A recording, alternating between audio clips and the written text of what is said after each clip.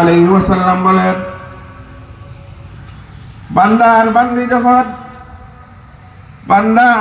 আল্লাহর বান্দা আর বান্দি যদি আসমানের জমিন থেকে আসমান পর্যন্ত গুনার পরিমাণ হয়,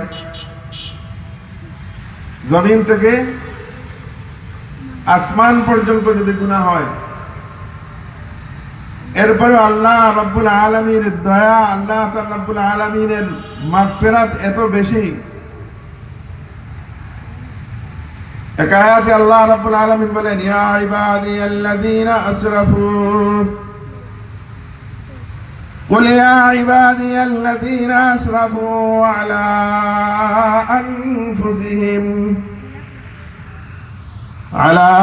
أنفسهم لا تقنطوا من رحمة الله إن الله يغفر الذنوب جميعا।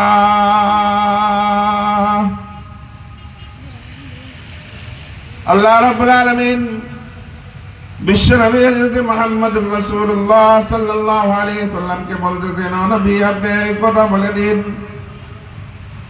আমার বান্দার বান্দি যদি জমিন থেকে আসমান পর্যন্ত গুনাহ করে থাকে, আমি আল্লাহ রাব্বুল আলামিনের দয়া এত বেশি লা তাকনাতু মির রাহমাতিল্লাহ।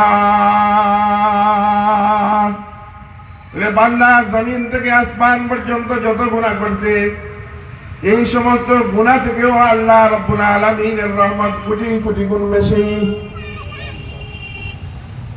ইয়া ইবাদিয়াল্লাযীনা আসরাফু আলা আনফুসিহিম লা তাকনাতু মির রাহমাতিল্লাহ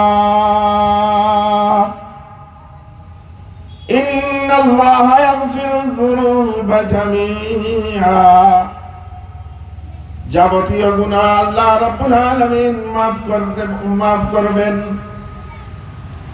ইন্নাহু হুয়াল গফুরুর রহিম।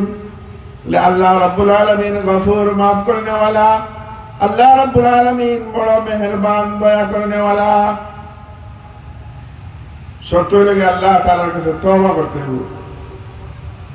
ইয়া আইয়ুহাল্লাযীনা আমানু তুবু ইলাল্লাহি তাওবাতান নাসুহা। এই ঈমানদাররা, তোমরা আল্লাহ রাব্বুল আলামিনের কাছে